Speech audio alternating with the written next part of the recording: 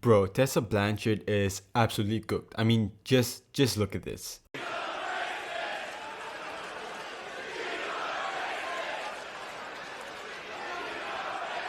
Listen, there are a lot of outside factors in this match with the Jordynne Grace and Tessa. Imagine you're just a casual fan, you're tuning into TNA for the first time because you hear about this big pay-per-view. Then this match comes up, you feel this awkward energy, and its fans are chanting, "You're racist" to one of the stars. I would feel so awkward watching that. And I mean, that's not even the worst part of Tessa's night, just look at this.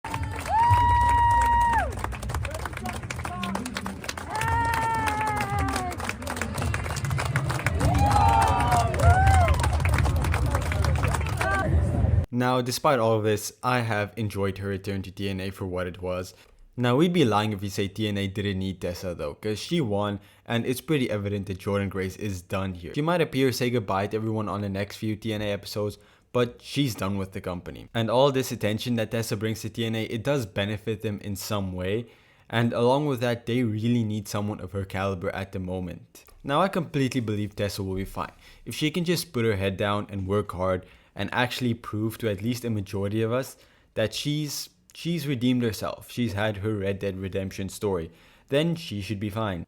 I mean, even if she never gets to WWE or AEW, if she can just prove herself, she can pretty solidly be in TNA for the next decade. So she should just put her head down, work, redeem herself, she'll be fine. And all in all, the Knockouts division had an amazing night tonight on Genesis. Masha Slamovich retained her Knockouts championship against Rosemary in a fantastic match. Go check it out, it was an extremely good hardcore match. And afterwards, Cora Jade from NXT came out to confront Masha Slamovich. I called this. I mean, anyone who watched NXT could call it, but I'm just gonna take credit for myself to make myself feel better here. This should be a fantastic rivalry. This should be a defining rivalry for Masha Slamovich, because we're eventually going to get to Tessa versus Masha. That's the eventual goal, but for now, we need to build up Tessa, get to know her. I mean, we haven't really had chance on Impact to really figure out who Tessa Blanchard is as a character. So we're going to do that now, and in the meanwhile, we're going to have Masha fight an established Cora Jade. And this really benefits everyone. Cora has been sort of lost in the mix in NXT, which a lot of women have with that deep division. So she gets a chance to be at the spotlight fighting Masha, and Masha gets to have a defining high-tier feud. And then when she gets to Tessa, she can say, "I've had victories over Cora Jade, a high-profile wrestler. I've had victories over Jordynne Grace, a high-profile wrestler. I've had victories over Rosemary, one of the TNA legends." So when she gets to Tessa, she is going to be a solidified, actual, believable women's champion. Not all of the Knockouts matches were great though, as Spitfire retained against By Elegance, which I feel like is a horrible decision. Let me explain this, right? People don't like By Elegances for whatever reason. I don't really see it. I love their character work. I love how silly, overdramatic they are. It's really entertaining to me. And Spitfire, as good as they are, Danny Luna has so much potential to be more. So does Jody Threat, but Danny Luna specifically. And they're not interesting as women's tag team champions. They're just not. It's been boring seeing them hold these championships. Plus, like I said last time, these titles don't have a very deep division, especially not on TNA. So if you put them on these character workers, they can make the titles feel important without having to consistently have matches. The By Elegances can do that way better than Spitfire. And Spitfire can still stay a team and go after the singles championships.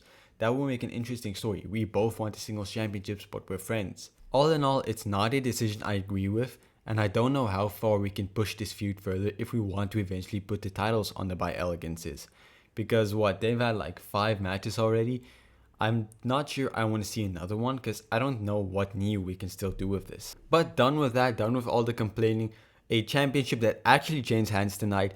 Joe Hendry is the new TNA World Heavyweight Champion, something so long overdue. I'm gonna be honest here, I'm disappointed in myself because I started to be a disbeliever in Joe Hendry, and especially his world title campaign. I've complained week in and week out, they've taken too long to get to where they need to be, and I was thinking the hype's gonna die down, nobody's gonna care that Joe Hendry's champion anymore. And then like last week, was it? It wasn't too long. WWE just announced, okay, NXT TNA is officially partners, like officially for real, for multiple years. and that got people talking about TNA, who's going to show up in TNA, and they managed to perfectly capitalize and make Joe Hendry champion when they have all the eyes back on them. God damn, that's amazing. Not just that, this match was really great. Joe Hendry really showed out. Nick Nemeth too. It was a fantastic match. I would highly suggest tuning in for it. And Joe Hendry capturing the belt, I loved it. It feels so good seeing this person who organically came up from nothing. Like, I can't tell you that I cared about Joe Hendry before that song of his came out, and all of a sudden he came up to superstardom. Like, the last thing before this I remember about Joe Hendry was stuff he did with Grado back before 2020. That's the last things I remember of Joe Hendry in TNA. And now he's here on top of the world on a really hot promotion. It's so cool to see, and I'm really excited to see where he goes with this World Heavyweight Championship reign. I expect the world from this. And as far as Nick Nemeth goes, can we get him in the Royal Rumble? Let's get Nick Nemeth in the Royal Rumble. He can be like Nick Nemeth, formerly known as Dolph Ziggler. That would be a way bigger pop than Joe Hendry. No disrespect to Joe Hendry, but Nick Nemeth has more of a connection to WWE, and that would be a lot cooler. But with Joe Hendry rising to the top, being the new face of TNA, the old face of TNA obviously has to leave.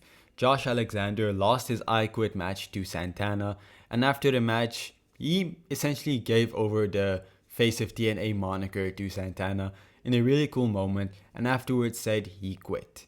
We all knew this was going to happen. Joe Hendry was very open about leaving TNA, going to search the open market. I highly expect him to go to NXT and WWE because they need him a lot more than, say, AEW needs them. Now, for what it's worth, he is going to be on TNA later this week. We had a backstage segment. I believe Santino said he still has to come to TNA this week. So we're probably going to see him and Jordynne Grace both have their final goodbyes before they head off into the sunset. Now, we did have a few more matches on the card, but they didn't stand out that much to me. The show opened with Moose defeating Ace Austin. A really good match, but with the rest of the show being as good and interesting as it was, this match just fell to the wayside. So did both the men's tag team matches. Steve Maclin and Eric Young defeat the System. I really like Steve Young and Eric Maclin. And Eric Young as a tag team. I have a lot of hope for them, and defeating the System is a pretty good result. So I'm happy for them. And then the Hardys end up defeating the Rascals. FrAxiom appeared during the match, another NXT crossover. They're going to defend the belts against the Rascals later this week. Definitely an interesting match. Also, I'm excited for. Yeah, these were all good matches. I just don't have that much to say about them compared to what I did the rest of the matches, because the show was genuinely so good and so interesting. The best TNA pay-per-view I've seen since I returned to TNA last year. So definitely a must-watch pay-per-view for me. And yeah, honestly, even though some of the matches weren't as interesting, it was nothing against these matches. So I would give the show a solid 10 out of 10. TNA knocked it out of the park here. I'm so happy for them. So yeah, it was an amazing pay-per-view. If you haven't watched it, I would highly, highly, highly recommend you go check this out. And if you liked my review of the show and seeing what I have to say about it, please leave a like and subscribe. We're getting so close to 500 subscribers. That would mean the world to me. So I hope to see you again soon. And I'm sending love to all around the world. Goodbye.